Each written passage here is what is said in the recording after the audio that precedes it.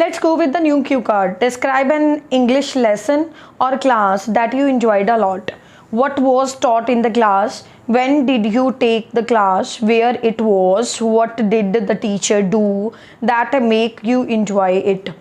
मतलब एक अपने लैसन दसना है जिहड़ा तुसी इंग्लिश लैसन जां फिर क्लास अटेंड की ते तुसी बहुत ज़्यादा इंजॉय किया उहदे विच मतलब वट वॉज टॉट की पढ़ाया गया थोनू दैन उस क्लास च तुसी की किया कदों सी ओह कित्थे सीगी ओह क्लास ते टीचर ने की किया कि तुसी इन्ना ज़्यादा इंजॉय किया so let's go with the introduction undeniably English language has become international language due to which it is being used by the people to communicate globally. Starting ਦੇ ਵਿੱਚ ਮੈਂ word use ਕੀਤਾ undeniably ਇਹਦਾ ਮਤਲਬ ਕੀ ਹੁੰਦਾ ਹੈ there is no doubt ਇਹ ਇੱਕ ਤਾਂ vocabulary ਦਾ portion ਹੋ ਗਿਆ ਇੱਕ adverb section ਹੋ ਗਿਆ remember one thing candidates if you use these type of words then definitely you can get the 7+ band score in your speaking. सो अनडेनाइबली ਇਹਦੇ ਵਿੱਚ ਕੋਈ ਸ਼ੱਕ ਨਹੀਂ ਇੰਗਲਿਸ਼ ਲੈਂਗੁਏਜ ਹੈ ਜਿਹੜੀ ਉਹ ਇੰਟਰਨੈਸ਼ਨਲ ਲੈਂਗੁਏਜ ਬਣ ਚੁੱਕੀ ਹੈ दैन ड्यू टू विच इस दे करके इट इज़ बीइंग जिहड़ी कि यूज़ की जाती है ये यूज़ की जा रही है लोगों के द्वारा कम्यूनीकेट करन वास्ते मतलब गलबात करन वास्ते पूरी दुनिया दे विच Although I have attended many English classes because it was mandatory subject in my school curriculum भावें मैं बहुत सारे लैसनस अटेंड किए हैं क्योंकि ये की सी मैंडेटरी सबजैक्ट सीगा मैंडेटरी सबजैक्ट मतलब compulsory subject in my school curriculum की हुंदा syllabus yet here I would like to talk about an English lesson that I enjoyed a lot हुण मैं उस इंग्लिश लैसन बारे दसूँगा जिहड़ा मैं बहुत इंजॉय किया बिकॉज मतलब इनू किवें इंजॉय किया because of its interesting story and moral जिहड़ा इहदी स्टोरी सी वो बहुत इंटरस्टिंग सी एंड इहदा मॉरल सीगा जिहड़ा वो भी मैनू एक लाइफ लैसन सिखाया that's why it was too interesting.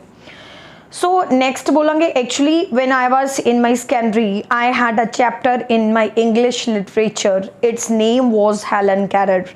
ਜਦੋਂ मैं अपनी ਸਕੈਂਡਰੀ ਦੇ ਵਿੱਚ ਸੀਗਾ उस टाइम ਤੇ ਮੈਨੂੰ ਇੱਕ इंग्लिश ਦਾ ਚੈਪਟਰ ਸੀਗਾ लिटरेचर ਦੇ ਵਿੱਚ ਜਿਹਦਾ ਨੇਮ ਸੀਗਾ Helen career who was not only deaf but also the blind lady in spite of this ਉਹ ਸਿਰਫ ਡੈਫ ਹੀ ਨਹੀਂ ਸੀ ਬਲਾਈਂਡ ਵੀ ਸੀ ਮਤਲਬ ਬੋਲੀ ਵੀ ਸੀ ਤੇ ਅੰਨੀ ਵੀ ਸੀ ਇਸ ਦੇ ਬਾਵਜੂਦ she wrote her autobiography by learning a language ਇਹਦੇ ਬਾਵਜੂਦ ਉਹਨੇ ਆਪਣੀ ਆਟੋਬਾਇਓਗ੍ਰਾਫੀ ਲਿਖੀ ਤੇ ਲੈਂਗੁਏਜ ਲਰਨ ਕਰਕੇ ਠੀਕ ਹੈ ਇਨ ਦਾ ਸਟਾਰਟਿੰਗ ਆਈ ਵਾਸ ਐਸਟੋਨਾਈਜ਼ਡ ਮਤਲਬ ਮੈਂ ਸਰਪ੍ਰਾਈਜ਼ ਸੀਗਾ बट एट द लास्ट शुरू ਦੇ ਵਿੱਚ मतलब मैं सरप्राइज ਸੀਗਾ कि हाउ इट इज़ पॉसिबल है ना भी मतलब एक ਜਿਹੜੀ ਲੇਡੀ ਹੈ ਉਹ ਡੈਫ ਵੀ ਹੈ ਬਲਾਈਂਡ ਵੀ ਹੈ ਵੀ ਲਰਨਿੰਗ ਲੈਂਗੁਏਜ ਕਿਵੇਂ ਪੋਸੀਬਲ ਹੈ ਉਹਦੇ ਲਈ आई रियलाइज्ड दैट एवरीथिंग बट मैनू लास्ट दे विच जदों मैं पूरी ओवरऑल स्टोरी पढ़ी उस टाइम ते मैनू रियलाइज़ होया कि हर कुछ पॉसीबल है nothing is impossible it was made more interesting by my teacher due to having a good pedagogic skill मतलब उन्होंने जिहड़ा टीचिंग मैथड सी वो बहुत अच्छा सी जिन्हें इनू इंटरस्टिंग बनाता सबसीक्वेंटली होंदा इहदे नाल she also kept a great suspense उन्हें की है एक बहुत वधिया सस्पेंस रखिया जदों ये मतलब क्लास दे विच जिहड़ी ये स्टोरी है जदों उन्होंने ये लैसन पढ़ाया उस टाइम ते बहुत अच्छा सस्पेंस रखिया and before completing the lesson which ingrained हुंदा पैदा करना curiosity towards the candidates to pay more attention till at the end मतलब उन्होंने एक इन्ना सोहना सस्पेंस क्रिएट किया मेरे टीचर ने जिन्हें की किया बच्चों के माइंड के क्यूरियोसिटी इनग्रेन की कि वो प्रॉपरली अटेंशन पे करन so it was one of the lesson